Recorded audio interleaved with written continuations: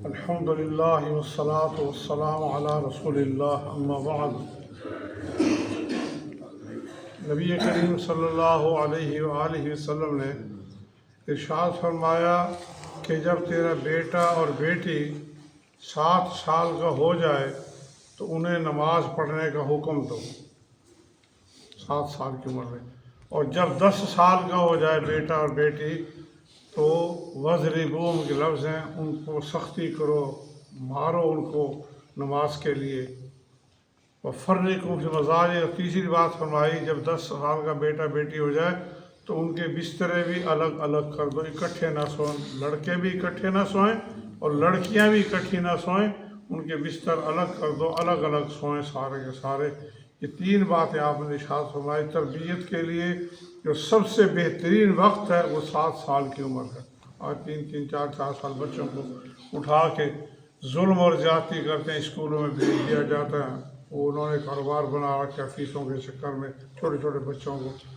7 سال تک بچے کو اس کو رہنے دیں، اس سے کچھ نہ کہیں، اس کے شعور کی پختگی سمجھنے کی جو بات ہے وہ 7 سال میں شروع ہوتی ہے، کیونکہ اللہ کے رسول علیہ السلام نے تربیت کی جو عمر رکھی ہے وہ 7 سال رکھی ہے کہ نماز کا حکم دو۔ اور اس سے آپ یہ بھی اندازہ کریں کہ نماز کی اہمیت کتنی ہے، کسی اور چیز کے بارے میں نہیں بتلایا، نماز کا ہی کہا کہ سب سے پہلے اپنے بچے اور بچی کو نماز سکھاؤ۔ ہمارا المیہ یہ ہے کہ ہم آج شکوہ کرتے ہیں ہمارے بچے بے نماز ہیں، نماز نہیں پڑھتے۔ ہم نے اس ٹائم کو، جو وقت اللہ کے نبی نے مقرر فرمایا تھا نا، اس کو چھوڑ دیا۔ اگر اس وقت ہم نے اپنے بچوں کی تربیت پہ توجہ کی ہوتی 7 سال کی عمر میں تو اب ہمارے بچے نمازی ہوتے، لیکن ہمارا المیہ ہے اور پریشانی کی بات ہے کہ ہم نے وہ وقت ضائع کر دیا۔ نتیجہ یہ نکلا کہ ہمارے گھر ہمارے بچے بے نماز بچوں سے بھرے پڑے ہیں، اور ہم نے ان کو دنیا سیکھنے کا اور دنیا کمانے کا تو سارا ذریعہ بتلا دیا، اگر نہیں بتلایا تو جنت کا راستہ نہیں بتلایا۔ آپ یاد رکھیں، عقیدہ توحید کے بعد اگر کوئی چیز اعمال کو قبول کروانے والی وہ نماز ہے۔ نماز ہے تو اللہ تبارک و تعالیٰ دیگر اعمال قبول کرے گا۔ اگر زندگی میں نماز نہیں ہے، آپ کے حج، عمرے، زکوٰۃ، خیرات، جو بھی نیکیاں سب اللہ تعالیٰ کے اکارت اور بیکار ہو جائیں گی۔ اور اس کی دلیل یہ ہے، اللہ کے نبی نے فرمایا صلی اللہ علیہ وسلم نے کہ بے نماز کا حشر اللہ تبارک و تعالیٰ فرعون کے ساتھ کرے گا، حامان کے ساتھ کرے گا، قارون کے ساتھ کرے گا، ابی بن خلف کے 4 نام لیے، چاروں یہ کافر پکے دائمی جہنمی ہیں۔ ان کے نام لے کر فرمایا کہ جو مستقل بے نماز ہیں اللہ تعالیٰ قیامت کے دن ان بے نمازوں کو ان کے ساتھ رکھے گا، اور یہ ہمیشہ جہنم میں رہنے والے کافر ہیں۔ فرعون بھی، اس کا وزیر حامان بھی، اور اسی کی قوم کا بندہ قارون جو دولت مند تھا، اور ابی بن خلف قریشیوں میں سے کافر تھا۔ ان کے نام لیے، یعنی بادشاہ فرعون کے ساتھ ہوں گے، وزیر حامان کے ساتھ ہوں گے، دولت مند کاروباری لوگ قارون کے ساتھ ہوں گے، اور جو عام تاجر ہوں گے، تنخواہ دار ہوں وہ ابی بن خلف کے ساتھ ہوں گے، رہیں گے جہنم کے اندر۔ کس وجہ سے؟ نماز نہ پڑھنے کی وجہ سے۔ بچوں کی تربیت پہ توجہ کریں، اپنے بچوں پہ ترس کھائیں، اس اچھے سکولوں میں داخل کروانا، اچھا کھلانا پلانا، یہ تو ایک جانور بھی اپنے بچے کے ساتھ کر لیتا ہے۔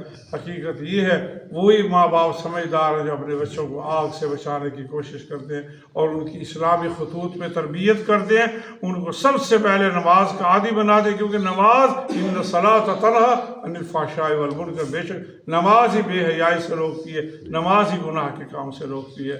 اس طرح توجہ کریں، اپنے بچوں میں ترس کھائیں۔ آج جمعۃ المبارک کا دن ہے، اللہ کے نبی سید الایام، تمام دنوں کا یہ سردار ہے۔ اس کے دن کے وظیفے بتلائیں، جیسے سورہ کہف کی تلاوت کرنا ہے اور غسل کرنا، اچھے کپڑے پہننا، جلدی مسجد میں آنا۔ یہ ہمارے اندر بڑی کمی ہے، علماء کہہ کر تھک گئے ہیں، لیکن ہم ٹس سے مس نہیں ہوتے۔ آدھا خطبہ ہو جائے گا، ہم گھر سے نکلیں گے بڑے بان سوال جی کیا کریں، جمعہ پڑھنے کے لیے جا رہے ہیں۔ جمعے کے تو اللہ کے منادی نے آپ کو کب بلایا تھا، کتنی دیر پہلے کہا تھا حی علی الصلاۃ، جمعے کی ایک اذان بھی تنبیہ کے لیے ہو گئی ہے، اور پھر وہ اذان، اصل اذان وہ ہے جو ممبر پہ ہوتی ہے۔ تو اس اذان کے بعد تو کھانا حرام، پینا حرام، کاروبار حرام، تجارت حرام۔